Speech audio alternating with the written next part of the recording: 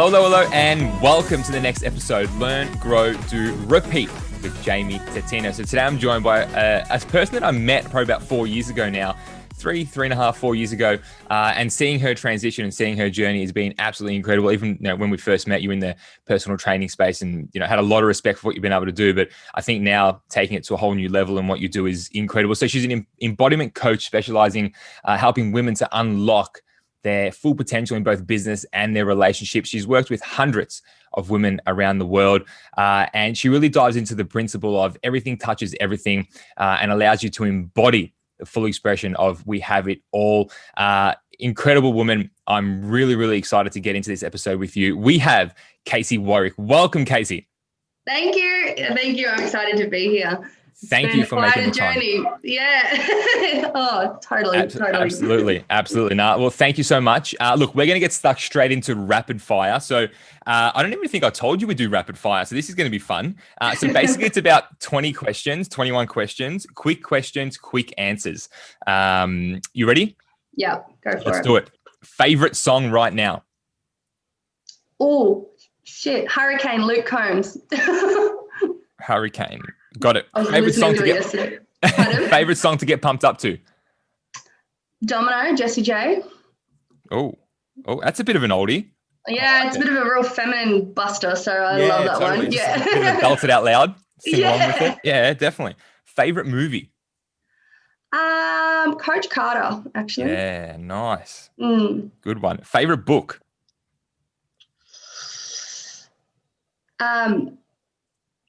Healing the Trauma That Binds Us by John Bradshaw. I'm just taking notes.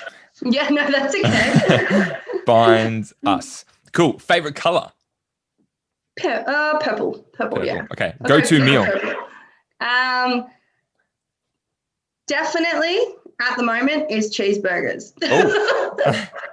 Like a Macca's cheeseburger or just like No, like a nice home cooked. I was going to say like a good hearty cheeseburger. I like it. That is pregnant vibes for you. Normally it would be like a lean steak and veggies, but chicken and salad.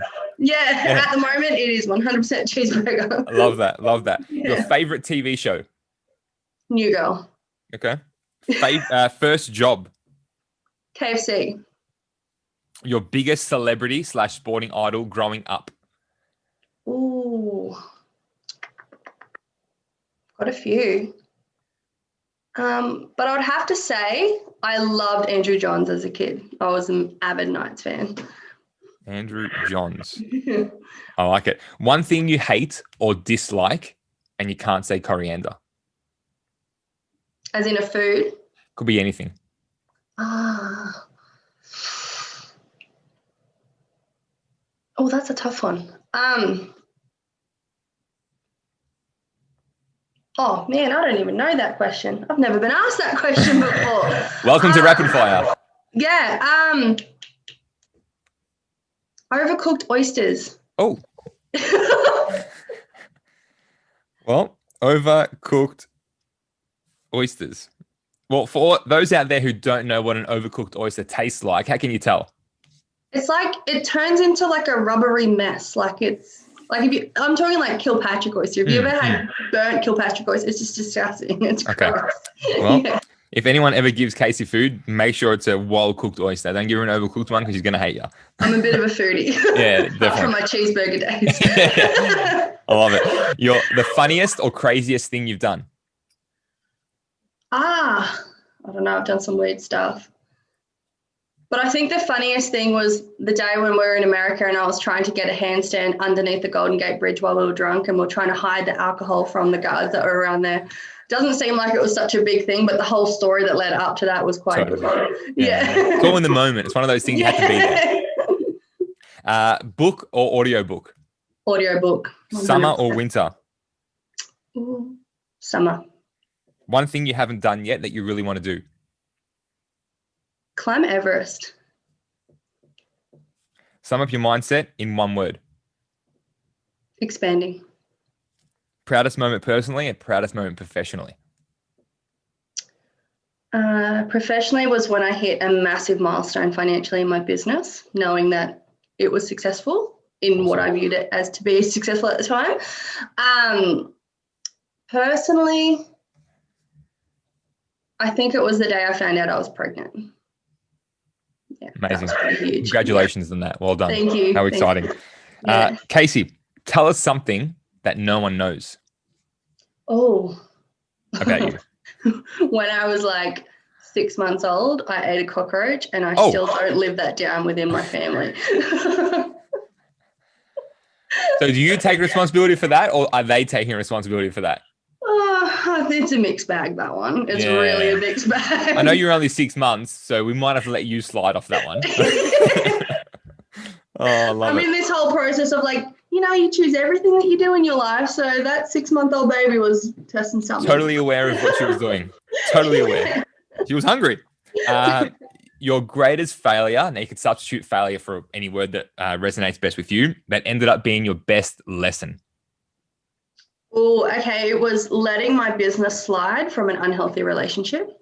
So I took a 6-figure business and I literally killed it because I wasn't focused. And I was trying to control and mend other things, but it just, affected everything in my life. So, that was my greatest teacher. Good. Glad to hear. If you could choose to have lunch with any one person in the world, dead or alive, who would it be? And where would you have lunch? And you've got a 2-hour time limit. Oh, that's a biggie. Probably Aubrey Marcus. And it's just because his mind absolutely intrigues me as to where he goes with that thing. And where would you have lunch?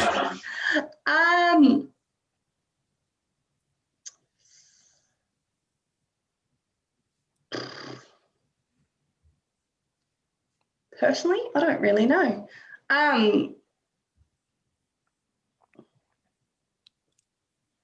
Maybe in like a tropical island somewhere. I'm all about tropical islands and just chilling out. That was a very thought through, thoughtful. Every piece of energy you had went into that answer, and I love it. I love it. I didn't want to break that focus you were in. I was like, I'm just going to be silent here. I'm going to let her come up with it. Good. Yeah. Good. What was 10-year-old Casey like before you were eating cockroaches? Oh man, she was intense. Like, she was what she thought was the boss. So, yeah. Love it. Intense and boss. Mm-hmm. Perfect. Second last question. What's one trait, skill, value, belief that you would see consistent across, say, your 5 closest friends, family, acquaintances, but the one that's the most important to you? I think it's unbiased, intuitive power. I'm very particular of who I keep in my circle. So, I think it's the ability to see from a perspective of without projection. Totally. Yeah. Yeah. Nice. Last one, your favorite superhero. Thor, 100% Thor. Legend. Because he's an Aussie as well. Why not? Yeah, of course. Absolutely. Well, Casey, that's rapid fire. Well done. Okay. You can now put that on your resume that you survived rapid fire. And if people ever ask what it is, say, here, just listen to this episode. You understand exactly what it is. Awesome. Well, again, like I said earlier, thank you so much for making the time to be here. I know we've got so much to go through and so much incredible value to give. But let me ask one question on the back of rapid fire. And as we get started, like, what's one thing that you've learned about yourself during COVID, during this, lockdowns and over the last 6 to 9 months? What have you learned about yourself? I think the biggest thing is understanding that anything is interchangeable and nothing's permanent. Like, for most of us, we go into this tangent of like, whatever is happening now is it. And, understanding that anything is adaptable and you can still, like, I took my business to whole new heights in COVID when everyone was running around in this fear mindset. So for me, understanding that whatever is externally going on does not have to be your projection as well. It was quite big. Nice. I like that. Good. So I said it earlier, transitioning from the health and fitness world into the coaching and empowering, women now, how did that transition happen? What was it that It was one of those things where, like, well, you know, we met at Aaron Sensoni, right? And he's like the king of NLP, right? Let's be honest. So I went in there with this whole new, like, holy moly, there's 200 people in this room and they're all like me. But I had never been in a room like that before. I always thought I was that one who would never settle, who just didn't quite get people on my level. Like, everyone was different around me. And I was sitting there going, how can I make my business succeed? And everyone was like, why can't you get a normal job? And I was like, I just can't. It doesn't work for me. Like, and anyway, after I came out of Aaron Sensoni, I remember one day specifically, I'm standing there and I've got a client and we're standing in front of this box jump, and it was just a 20-inch box. So she had jumped the same height multiple times. And one day we didn't have the normal box that we used. It was a smaller, like, you know, surface area on the top, and she couldn't do it. And I was just like, yes, you can. You've done this height before. And I realized in that moment that it's people's internal blocks that actually affect everything they do and they show up for in the world. And so I sort of started diving deeper into what actually is the programming and the conditioning of our mind. And as I started to dive in, I started following, like, you know, the depths of like Tony Robbins and kind of like the everyday names that you hear in the personal development world, because I was so new to it at that time. And I just sort of was like, okay, cool. I'm just going to like learn from these guys. And then I started pinpointing, like, where is everyone trained? Like, what do these guys all have? That's the link. And obviously it was NLP. So I thought, I'm going to go and I'm going to study NLP. And I thought, I'm going to focus on women. I'm going to become a woman's coach. And at the time, I was starting to attract these women into my space that they had been through some complete traumatic experiences. And don't get me wrong, like, I had been through trauma as a child, so I thought I had it all figured out. I was like, I've been there, I get it, you know, like, I'm good. And so I'm starting to experience these women who have been through chronic domestic violence, you know, they've been gaslighted, they feel like they're crazy, all this sort of stuff. And I was in that space of going, I get it, but I don't get it. I hadn't personally experienced it. And so I put together this program of, like, you know, leading you into your feminine best. And from a textbook perspective, the program was bloody great, right? But I personally had not yet experienced that stuff. So it was one of those things where whenever I design something or whenever I put something together, I always say, like, universe, show me what I need so I can show up the best for these other people. If I haven't yet to learn lessons to be able to teach, show them, give them to me. Like, I always do a little prayer similar to that. And it was 3 weeks after I designed this course that I met the person who was going to show me all those lessons. And so for me, that was where I say, like, the business started to break down. You know, I went through my own mental breakdown. And considering I thought I had all the answers, I thought I knew all the stuff by that stage, it was a real eye-opener just to understand the difference between knowing and embodying. So I took it to a whole nother level in terms of, like, it was only a 10-month relationship, but that 10 months absolutely crushed everything that I'd so far built. And what it taught me, though, was, like, coming out of that and learning to leave that and going, okay, cool. Like, I know what that is now. Now I'm going to choose something different. So I actually spent a year, rather than trying to learn what to do to better my business, I learned how to better myself. And I spent the whole year diving deep into what it was that attracted that kind of behavior, but also how to step into my full self. And that's when it just unconsciously then grew as a, you know, thing where I started to help women, because it wasn't just the whole, like, textbook anymore. It was like, no, this is real. Like, this is what's going down in the world. And yeah, it was something that just, started lighting me up. So nice. That's kind of how it started. It was just one of those step-by-step gradual listening to your intuition and knowing where to go. So you had done the NLP training when the partner at the time had come into your world, or you hadn't done it yet? No, I had done it. Yeah. So here I am thinking I knew it all. I was hypno trained, I was NLP trained, I was all these things. Yeah. But I wasn't aware of us not being able to see our own blind spots yet. I was, like, in that, like, you know, when you get to that stage where you've sort of you develop an ego around your spirituality, right? I know I had, and I now refer to this as bypass holes, right? Because it's like those people who are like, I'm spiritual and I know it all, like, and I really put myself in that category. I was like, yeah, I get it, but I forgot the logic in it. And I really didn't understand like how to combine both the actual reality of the world versus what people think spirituality is. I like what you said there about knowing versus embodying. Yeah. Like, I've got my interpretation of what that means. Do you want to explain as well to the listeners and people watching Sure. the difference? Because I found that because I can sort of understand it, but I want to sort of hear where you come from it.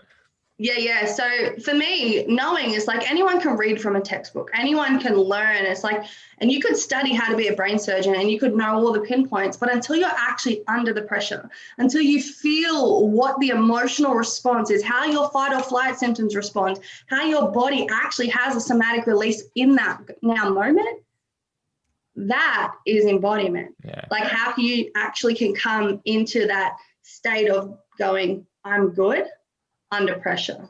And those things are what most people go, oh yeah, now that I've tapped in, I can't be angry. Well, yes, you can. Embodiment is understanding that all emotions exist, but it's like, how do we now handle that? How do we now actually allow ourselves to go, I can be all of it and still be strong? Yeah, I love that. Yeah. And the way that I sort of thought about it is very similar. I said knowing is being able to read a book, but embodying it is actually doing it. Like, it's all well and good to read how to lose weight and how to meal prep and how to drive. Like, you can read all the books you want about, getting your learners and getting your license, but you only really do it, really learn it, own it when you're actually doing it.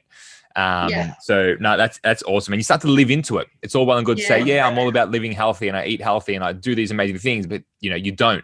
It's when you live into it and you own it internally as well. Now, I like that. I live my life by the whole saying of like, if I wouldn't trade my life for yours, I will not take advice from you. And it's purely because like embodiment is such a big thing and everyone's got an opinion on something, right? They can be completely uneducated in something and they still have a bloody opinion on it. But until they've physically lived it and experienced it, I'm not going to do it. Like, I'm never going to hire a business coach who hasn't gone to the depths of which I desire to go, or I'm never going to hire a trauma coach who's not experienced what I've experienced. Like, all those things matter, I think. Good. What do you see as one sort of common blockage, mindset, barrier that people have in their way? Again, with all the women that you've worked with over the years, like, what do you see as like maybe like the top two things that you spend a lot of time really helping them unlock and break through and to break out? And well, one obviously is confidence, right? And that links into like codependency, how we show up in business, how we do everything, right? And I'm huge on recognizing like the links between business and relationships. So confidence doesn't just go, oh yeah, I'm good at work. It's like, well, can you actually be good at home? Can you stand there naked in front of your partner and still feel complete? Or are you hiding and shying away from that? So that is a big one. But the other one is the trauma that most people have experienced. And unconsciously, what most people do is they go, oh, but I didn't have it as bad as this guy, or I didn't have it as bad as them. So they downplay whatever it is that they've experienced. But what most people don't understand is every single person on this planet has an average of 30 traumas, right? And trauma can be something that a kid said to you in high school that has then lingered and created a limiting belief for the rest of your life. And I think people put trauma in a box of like, I watched someone get murdered or I got stabbed or something like that. But it's actually trauma is, and how I personally define it, like, this is not by any means a scientific definition, but for me personally, it's the thing that has a lasting impact. It's the thing that causes you, like, you might get cheated on in a relationship and suddenly you no longer have any trust for the opposite sex, right? That's a traumatic experience because now it's altered your view and your perception of how you actually perceive the world. So those little things, like, even it can be something as simple as like, if they've had a marriage breakdown as a child, they've watched their parents have this breakdown, they may no longer trust love. So when they grow up, they're like trying to find this partner and wondering why they can never trust the masculine or the feminine, and wondering what's going on. And then they're also wondering why they never trust their boss, right? And these links are so deep and ingrained that it people have no aware of just how far their unconscious mind can take them. It's pretty powerful. And I like what you come from the approach of, into your business as well, and how it's not just in your personal life, it can be in your professional life also, because we are all humans. Doesn't matter what level you play at. We're all just human beings. We all have a very similar operation of body. Yeah. So at the end of the day, if there's energy and there's, like you said, trauma, and the way you explained it, I felt was really good. And, I think it makes it understandable. And I think, like you said, trauma sometimes, if you're in a car accident or you saw someone jump off a building, and it's that's what the media paints as trauma, but on the everyday person, like you said, and it's a cool stat, we've all had, on average around 30 traumatic events or 30 traumatic incidents in our time. Yeah. That really show. And one thing that I was watching some content over the weekend, it was actually not this weekend, on the weekend before. And the guy said, our external words can become someone's internal words. Yeah, 100%. We unconsciously paint our life. Yeah. And I think when people don't actually understand the depth of what's actually been created for them, by them, right? They don't allow themselves to take this new level of self-awareness. And I think the biggest thing is people, and you said it, how I talk into like what touches in business, touches in relationships. People think that, I can separate my life. You can't. I don't care what anyone says. You're having marriage breakdowns. You're going to go in and you're going to stuff up your KPIs. 100%. Anyone who's ever been business coached or been a business coach, and if they're listening to this, the one thing that you'll notice is in business, you're never talking about business problems when you're working with a coach. You're talking about the personal shit that's holding you back from actually stepping into that trouble, right? And it's so funny. I have so many people come to me about, wanting to develop their business and wanting to take to the next level, especially women who are trying to step into the entrepreneurial world. And all we do is look at what is actually blocking them from doing it, not the strategy, because the strategy comes through you when you can actually go, hold on, I'm clear. And this is why I say, like, not every strategy works for everyone, because it's like, if you've got limitations around that strategy, it ain't working for you. Simple. Well, it's easy. Like if you have a client, like, hey, I need you to do social media posts and do Facebook Lives every week. Doing the Facebook Live is actually quite easy. You just press like 2 or 3 buttons, put a caption in, and press go. But if you're personally, one, like you said, don't have the confidence. 2, might have had a traumatic experience when you did public speaking when you were a 3-year-old. Yep. All of a sudden, you're not working on the strategy of how do we build the brand online. We're working on the strategy of how do we get you to go on the camera. 100%. And this is what I mean. Like, the things that you have to do in business are simple. You just duplicate the same shit over and over and over again, hoping that it's going to give a result, right? Let's be honest. That's what business is. But it's your energy that you give it. It's what is actually behind that is felt, because people don't care what you do in the world. People care who you be in the world. And that's what I think is missing in this space is, and I've known you for quite some time. And the one thing that I've always seen with you is that integrity piece of how you show up, right? And for me, that's huge, because I think at the end of the day, if we're allowing ourselves to just, show up on screen, but not doing the parts behind the scenes. And I say it all the time, like, what you do in private, you will wear in public. And this is that little nip that has the big effect on our life. Yeah. I always go by the belief of how you do anything is how you do everything. Yeah. 100%. So if I'm not going to put the energy and effort into the details in this recording with you, then it's going to flow on to the next conversation, to the next meeting. And I don't go as prepared to the next phone call or to the next negotiation, because I'm like, whatever, and then all of a sudden you go on this slowly downward spiral, and the 6 months goes by, like, wow, what happened to my amazing life? Well, it was that one little moment where you let it slip. And then it started to compound in the reverse of the compound we're liking. We all like compounding money and growing, but it's the same thing when it can go the other way too. Totally. It's something as simple as, like, you're getting home and the first thing you do is turn the TV on every day. Yeah. Like, don't get me wrong, I might have a moment where I'll switch off and I'll watch Netflix every now and then. But it's like understanding that if you build the habit of coming home and turn the TV on, you do that for like 2 or 3 days, and I promise you're going to do that all week. You do it for it's just a sliding thing that habitually, we are primitively built to be habitual creatures. And we want that certainty that we're going to have in our life of the habit. And if we don't allow ourselves to actually look at what are our daily rituals, and everyone thinks rituals are like our sacred space and all this sort of stuff, but rituals are the things that you do consistently, right? And it's like, If there is no consistency, there's no persistency. And with that, there is no actual momentum built in life. And that's where I think most people don't get that little click. I like that. Without persistency, there's no consistency. That's really good. I'm going to write that down.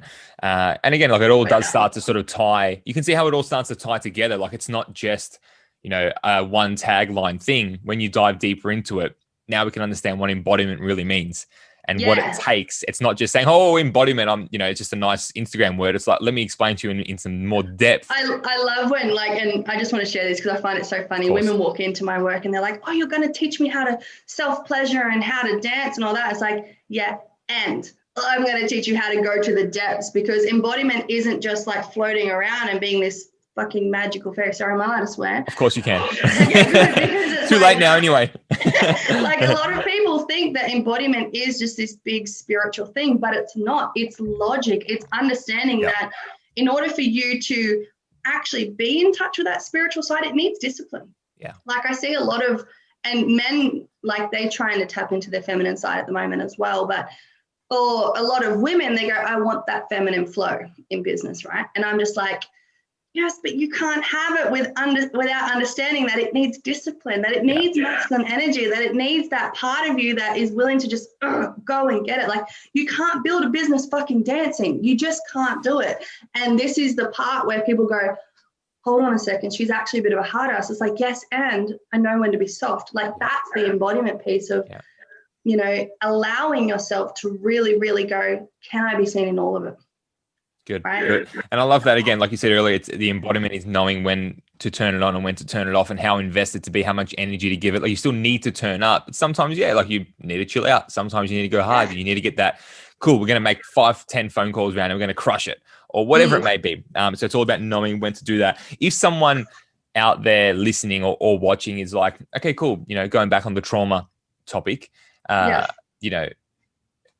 does someone know if something is a traumatic event for them? How do they know if something is holding them back? Like can they don't have to really know the exact moment, but can they maybe start, self-awareness?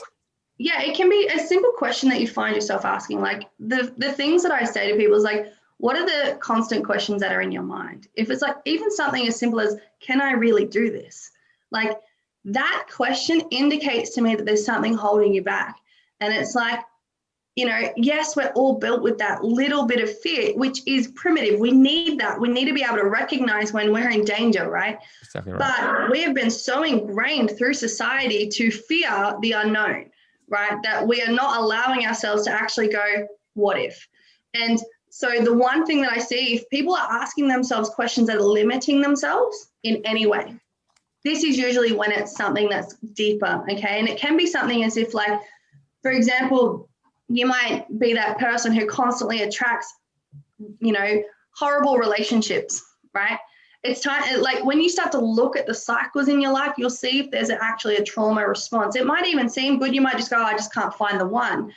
But if you actually look at how did we break up? What actually happened? You'll find that every single guy has a link, or every woman has a link. It'll be the same thing that caused the breakdown. And this is where you can see, okay, how did I actually first relate to the opposite sex? What is that thing? And for most of us, we actually are preconditioned and preconceived to be attracted to those who are like our parents.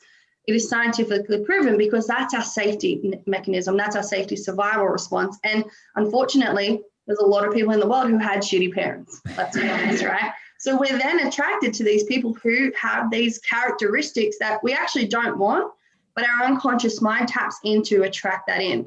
And until we can bring consciousness to that of going, hold on a second, what am I choosing in a relationship? Or what am I choosing in my business? All these things matter, right?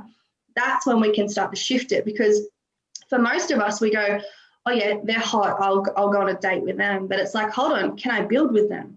Is there passion there? Is there a fire between us? And is there, one of the things that I always see is everyone's like, oh yeah, opposites attract. And it's like, for how long, right? It's like, yes, they attract, but is the energy actually opposite? Is there a thing that's pulling you two together that's actually, going to keep that together? It's like the masculine and the feminine, are they on opposite ends, or are you sitting across the table with another potential friend because they've both got the same energy with you. Yeah. And these things matter. But most of us don't have the awareness to actually look in and go, why am I not attracting what I actually want? If you're constantly in a cycle of going, this is shit, this is hard, I'm not okay with where I'm at, but don't know how to actually come up with the clarity to get yourself out of it, this is when you have to look at, hold on a second, let me ask the people who have been there, done it, because I might actually have something holding me back. Yeah. And I love, and this is really helping me to understand like the work that you do, because it's not just about asking a very surface level question, or it's not saying, hey, you're going to teach me how to dance and, you know, like you said, embody and self-pleasure and stuff like that. It's like, no, we're really going to get down to the roots, and we're going to dive deep into, you know, why there are some of these barriers, why the relationship doesn't seem to want to work, why the business relationship doesn't, why you have that lack of confidence or self-doubt or lack of self-worth, whatever it might be. You said that people ask limiting questions of themselves. Once, if they acknowledge that, like, okay, cool, you know, I find that I'm always asking myself, wow, can I really do this? Or anything along those lines in their own version. What is something that they can do and say, you know what, I've got awareness of it now. I can see, I've identified what the, you know, what's potentially what the question is, what's holding me back. What's the next step for them now? Okay, so the first thing, like when someone does become aware of the question, the first thing I would do is literally research those who have walked the path that you're deciding to do. Okay, so for example, when I first stepped into this space, I was like, as I said earlier in the call, I was looking at all the people who were kind of living the life that I wanted to do. They were speakers, they were doing the things. And so I started actually pinpointing, okay, for me to get to that level, what are the steps in between? And when I could start to see that when I get to certain points, I didn't know how to get to that beyond that point, that's when I looked for help. Because ultimately, every person in this world, and I don't care how aware you are, there is so much in this world that we don't know, right? And when we can actually have someone come in and mentor us in the space of, I've been there, let me help you, let me guide you. The biggest thing is actually receiving that help. So most people, they go, oh yeah, I'm good, I'll make it on my own, but they don't know how to receive it. So it's like, no one is a self-made millionaire. 100%. No freaking person on this planet, I don't care what they say. You at least needed a client to purchase your product. So and even if you win Tats Lotto, you're not self-made. Yeah, 100%. So it's like when you can learn how to receive, you will start to grow. So for me, I always look at them, okay, cool. So what is the bit that's blocking you, and can you receive help for that? Are you willing to invest in yourself to go to that next level? And when I say invest in yourself, I mean like really dive in, because most people go, oh yeah, I've read self-development books, I've done this, I've done that, but they've never had someone go, this is the thing. Or like, what is that? Like, let me talk into that with you, because most people will avoid their own shit. The unconscious mind wants to avoid what's hard. So they will do whatever they can to constantly stay safe. To bury it. 100% to bury it, but it's not actually serving them, because all they're doing is creating all these little barriers and mountains that they later have to climb over. And it sort of goes on what you were saying earlier about knowing and embodying. It's like you can read the book, you can know it, and you can maybe do like surface level stuff, but to really get the breakthrough, to really get the help, to really go to that next level of the unknowing, then you really have to live it. You have to go through it. You have to go, you know, you said like, teach me everything I need to know. And 3 weeks later, the person that was going to teach you walked in the doors. You know, so, you know, you sort of have to go through it in a way if you ask for it. You know, one thing I always say to my clients is be very careful of what you ask for, you know, because if you put the work in and you stay consistent to it, you'll get it, you know, so just be very mindful of what you wish for and what you dream for, because it will come true. Yeah, and 100%. And what people don't realize is what they're not asking for as well, like, or what they say I don't want. Like, and the unconscious mind is not listening to what you don't want. All it's hearing is this stuff, this stuff, this stuff, this stuff. So I'm going to manifest that stuff, even if you don't want it. Even if it's bad. Yep. Yeah. And it's like, can we actually break down your language barrier of what you're actually creating in your life? And as you said, you know, our external words become an internal representation. And that is something so potent. And for me, like, one of my mentors is Preston Smiles.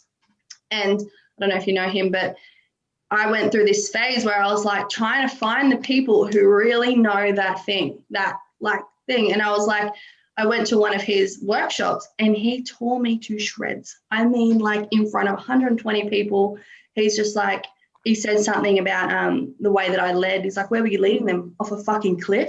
And I was like, boom, you are my next coach because you've seen the blind spot. No one else seen it. Everyone was like, oh my God, you did such a good job, that he'd seen it.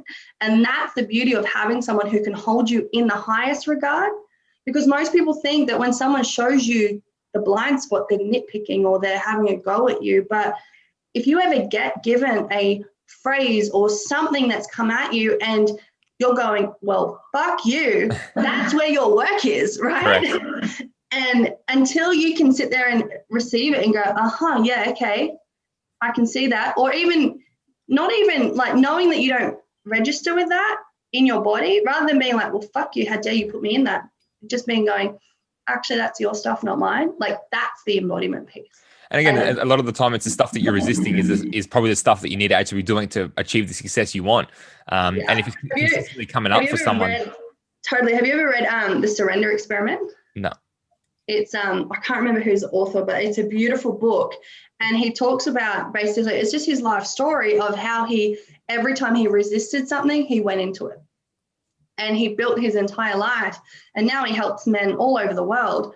But it's that allowing yourself to go, this is hard, let me see why. Yeah. This is hard, let me see why. I love that. You know? This is hard, let me see why. Yeah. Why is it hard? Yeah. Because, I like it. Yeah, most of us, like some people will be like, oh my God, this is the easiest thing on the planet. It's like, well, they've got no attachment around it. They've got no discernment that's causing them to go into full lockdown. Like, you know. I like it. Yeah. So you mentioned earlier limiting questions of someone. What else? And what would be some strategies? You know, someone's listening right now, like, yeah, you know what? I've picked up on there's some limiting questions I have. You know, I'm holding back on some things. Some things make me upset and I resist it. What would be some really good, you know, steps to move forward just to build a little bit of momentum in their life? Like what would be 2 or 3 maybe things? Yeah. So the first question I always ask anyone is like, okay, so ask yourself the question is, why am I experiencing this for me in this moment? Right. So for example, if you're experiencing resistance or if you're having the same cycle or if you're having that question, why is this in my present state right now? Okay. Because the one thing that we don't do is we don't really question those little things. We just keep floating. And you hear it all the time. Like people go, just my luck that this is going to fuck up. It's like, well, no, you just created that. Like, you know, it's not your luck. How we actually perceive in this world is what we will receive. And until we can allow ourselves to drop into what it is that is the filters that are on our mind, we get to actually look at it. So when those questions come up, for example, like I'm not good in business, it's like, actually, okay, what is it about business that I'm not good at? Let's break this down. What does that mean? Yeah. Yeah. Is it I don't have the confidence? Is it I don't know how to, like the strategy? Is it that I've watched other people fail and I have a fear? Like what is the actual thing that is not good at business? Because most people go, I'm not good at business, but it might just be one avenue of it. You know, and business is multifaceted. So when you can go, okay, cool. So I don't have the know-how as to get to the next level. I don't know how to do the marketing plan, for example. Cool.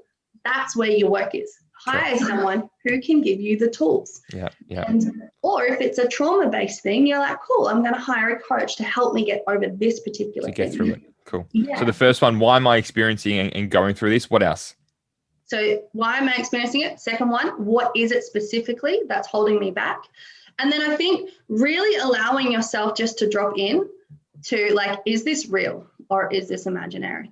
Because what we actually do in our unconscious mind is like when we have a thought or a feeling, have you ever noticed how you can like put yourself fully into an anxiety state just through like thinking about something?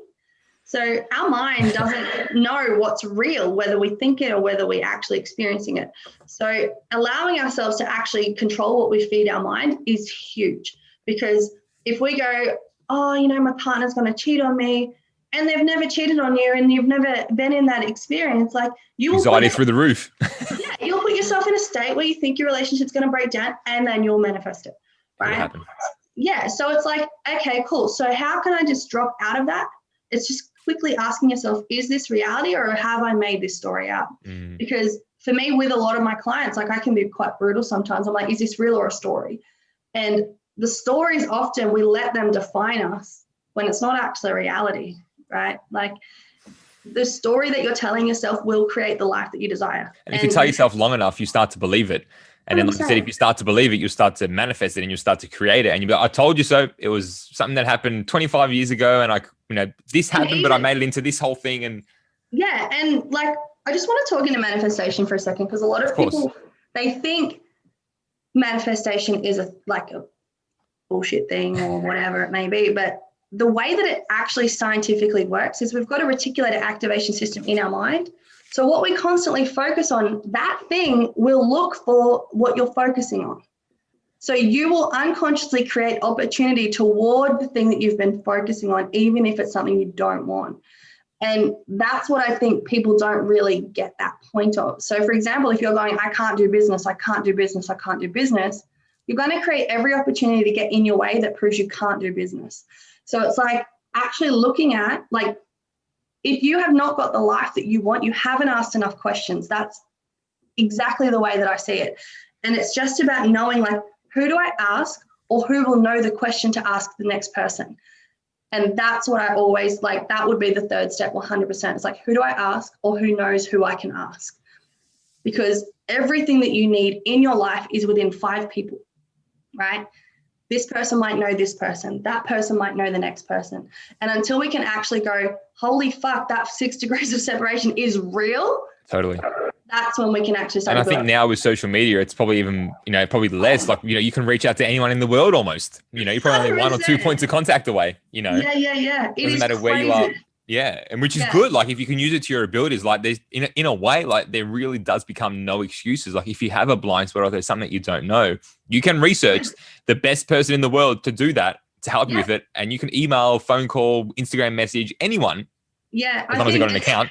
It's funny because in my life, I reckon I've hired a coach for every area that I've had a blind spot in. Like, I've had singing coaches, even being a health coach, I still hired health coaches. I've had speaker training. I've had, you know what I mean? Like, obviously business coaches, all that sort of stuff. But people go, why are you always hiring coaches? You're a coach. And it's like, I still have blind spots. And no matter how I'm still human.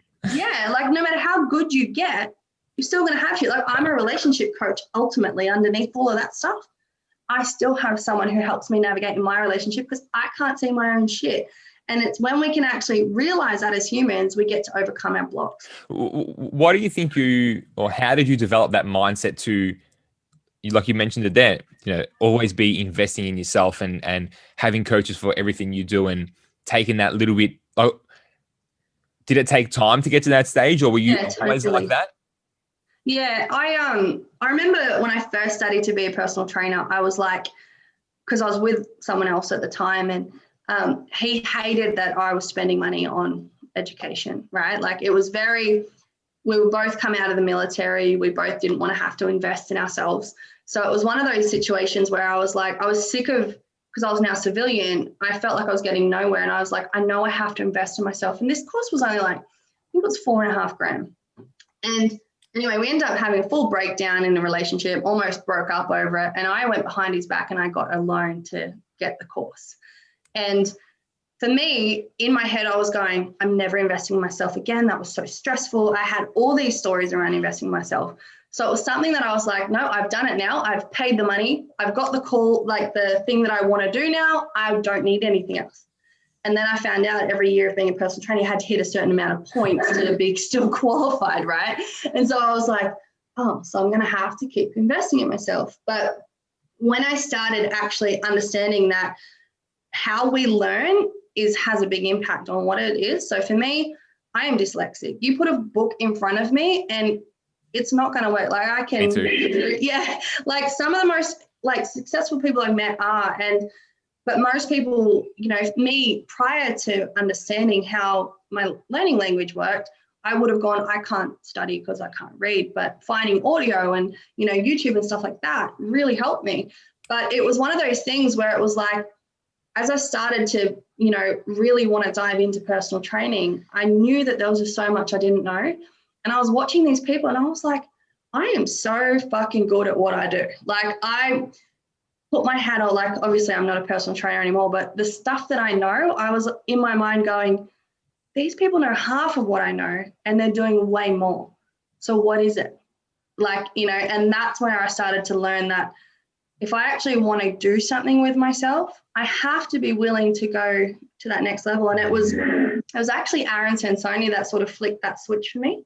So I remember it was so funny. The day that I signed up, I actually went to see Eric Thomas talk, and he was one of the intro speakers that came in, and it was like, I think it was like $5,000 or something to do his course. I can't quite remember at the time. I had no fucking money. I was dead broke. I was one of those PTs who looked like they had it all going on. I was like really struggling. And I remember I signed up and I paid on my credit card, and I grabbed him and I said, this better be the fucking answer because I've got no money. And he just looks at me and he goes, it will be if you let it. And I was like, and I remember walking out of there going, oh my God, my mind's just mind blown. But it was kind of in that moment that I realized, like, I had been surrounding myself with people who did not have a growth mindset. And if there's anything that I can say about success and understanding that, it is you need to be around people who are successful, because they will teach you where your blind spots are as well. Like for me, I remember years ago when I first became a PT, one of the guys said to me that he'd been in business for years, and he was like, he had invented how to put security protections on banks, right? This is the level of this guy. And he just did it for shits and giggles. He's in his 50s, and he said to me, he's like, if you ever want to be successful, put yourself at the face of every company that you ever decide to attach yourself to, and then allow yourself to learn from the person who's at the top. And so I sort of took that on with my business, my PT business. I was working out of a gym, and they were like, we need models for marketing. I was like, yep, I'm there. Like I was doing everything to get my face out there. And it was one of those things where as I started to learn that, I was like, I don't just want to be learning from that business. I want to be learning from the people who are really focused on it. Like, and so that's why now when I see someone who's actually embodied in a part that I need for my own growth, I'm like, you're the person. Let's go and get coffee. Yeah. Love that. Love that. What's one thing that you've learned over the journey, Casey, whether it be about yourself or you saw it externally or you just read about, or whatever, that really just blew you away? I think honestly, it was the environmental thing. So for me, I'd always had friends, and I used to be like, oh guys, I'm not drinking this weekend because of my business. You know, I don't want to be seen drinking because I'm a personal trainer and stuff like that. And I would feel this kind of, no one gets me, like, you know, I can't do this. Like, you know, I'm never going to have friends if I try and succeed in business. And I felt this real like disconnect from the world because I wasn't in an environment that was actually serving what I was trying to do. And like you become the average of the top 5 people you surround yourself with. And that was a real pinnacle moment for me. And it was like, I remember I said to one of my girlfriends at the time, after Aaron Sansoni, I actually went and joined a Cayenne network marketing thing. And I'd never done network marketing before, but being in that environment, I didn't want to do it for the sales. I wanted to do it for what these people were. And I remember saying to one of my friends who had been a friend for a long time, I said, she wanted me to go out, and I was like, look, I'm going to own a yacht one day. And if you want to ride shotgun, you're going to have to be okay with me not going out every weekend. Yeah. And I remember like, that was like the last conversation that we had, because suddenly something shifted with us, like not in a bad way. It was just energetically, we weren't aligned. And it was about 4 years later, I ran into her in the shopping market, and she's like, wow, you look really good. You know, what are you doing? And we added each other back on social media, and she actually seen where I was at, and she sent me a message saying, holy fuck, you did it. Like you're doing exactly what you said you were going to do. Most people talk about it. Yeah. And I think that's you again at that time, potentially embodying that vision, you know, and owning it. Be like, you know what, I'm not going to go drinking and I'm not going to go partying. Like I'm going to have the yacht one day. And hey, if you want to come along, this is what it is. And you owned it. Like you could have either said, no, I'm joking. Cool. Let's go out. Yeah. And I think you owned it. I think what most people don't understand is like everyone goes, oh, I want to live the life of my dreams, but I don't want to sacrifice anything of it because that's not giving the life of my dreams. And it's like, you're going to have to give up to go up sometimes. And understanding that, like, it's like, what are you willing to actually go, I value this more than this. And for me, that was the social side of it, like the drinking and the stuff that I was like, if I was waking up, if I completed a task and I didn't feel good after I completed it, that was when I was like, this is no longer for me. And that was how I started to pick my life apart. I was like, if it doesn't feel good for me energetically, I'm not in a state of power. I'm not moving forward. It's a force thing. And it's like, if you've ever seen the Scale of Consciousness by Dr. David R. Hawkins, he talks into like, you know, the lower level vibration emotions. If we're operating from them, we're going to be in a state of force. Whereas if we allow ourselves to actually live in a state of power where things start to feel good and unconsciously they feel good, that's when we're going to build the life that we want. But most people are so preconditioned to think that it has to be hard, when sacrificing for something of a greater actually isn't that hard if you want it bad enough. Unfortunately, maybe not unfortunately, maybe fortunately, it's what it's going to take. You know? And the reason I say fortunately is because if it was, you know, we've all heard the saying, if it was easy, everyone would do it. So fortunately, it's going to help separate those that want the quick, easy route and those that are willing to put the time and stay. I always say, like, if you had the easy route, you wouldn't have the body to hold what the success is. So it's like that bit of that getting through it and learning how to navigate, you actually expand as a human 100%. So you can hold that level of success. You can live into that life even more. I love that. Yeah. Do you remember a moment, Casey, where you said, shit, like this is real now? Whether it's from a business perspective? It was actually when I fully let go of my personal training business. So I'd like gone from working part-time jobs to operating my PT business, like just to get that off the ground. And then, you know, almost failing at that, had to get another part-time job to rebuild it back up. And then when I decided to step into coaching full-time, I was like, I'm going to give myself 12 weeks to step in full-time. Because I was like, I sort of had a few clients go and playing around and everyone's like, you can't do that in 12 weeks. And I was like, fucking watch me. So I went and hired the guy, Preston, who I still keep in my pocket, because he then hired me to work for him as well. So it's quite funny. But I went and hired him because I was just like, he's doing it. He's done it. He knows the thing. And I was like, you are going to give me the shortcut to success. And most people think that like hiring a coach means you're weak, but no, hiring someone who can take you there faster and give you the actual lessons faster is what's going to actually build success for you. Well, look at Michael Jordan. Like he had like 15 different coaches, you know. Yeah. Is he weak? Fuck no. He's probably he is the best ever basketball player in the world and he will be forever, you know. And 100%. If you look at how he trained, like he was on that court every fucking day without fail because he knew something was up. Like my partner, like I've got to admit, I am so lucky I'm with a man who gets what I do. Because amazing. I am literally working every day. And it's not because I have to, it's because I genuinely enjoy what I do. Mm-hmm. And if my clients need me, I'm like, yeah, boom, I'm there. What's going on for you? Let's navigate it now because you need this. And I think when people always go, how can you work so much? It's like, well, you're clearly not doing something you love. Correct.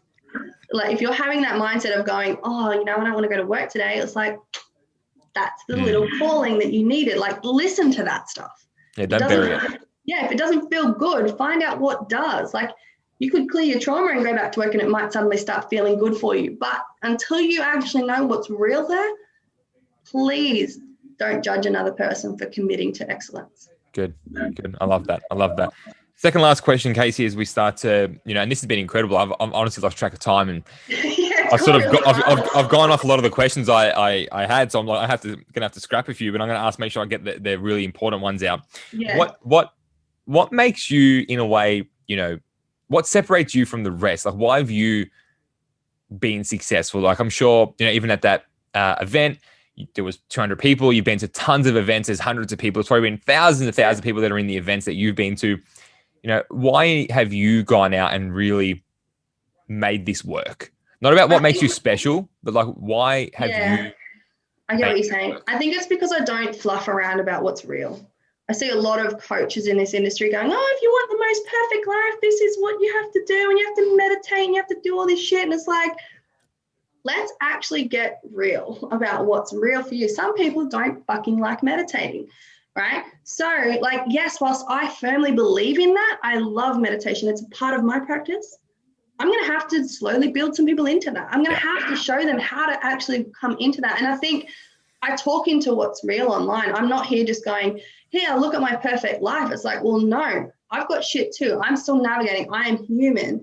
And I think allowing people to understand that leadership is unreasonable and facing off with that they see that I'm leading from a space of authenticity. Like for me, I made a quick rule of, it was probably about 2 years ago. I was like, you know, if I'm posting just for the sake of posting, I'm not showing up in reality of what's real. Yeah. And a lot of people go, you need to post this many times a day, you need to do this. Yes, do it if it's real. Correct. Because energy is felt before anything else. And now I think we've got a better reader of it than ever before. And especially with social 100%. media, we see through the shit so much quicker, and we're scrolling that fast that it's going to have to be a real, you know, piece of content or a real photo or a real video or a real audio or a real episode like this, where, like I said, we've almost forgotten that I almost forgot we were recording this, you know, but it's just, people go to me, like, I'll put up a relationship piece, look, I'm going to be honest, my relationship is fucking epic because we've done the work, right? Totally. If we have problems, we do the work. Yeah. But people go to me, is it really that good? And I'm like,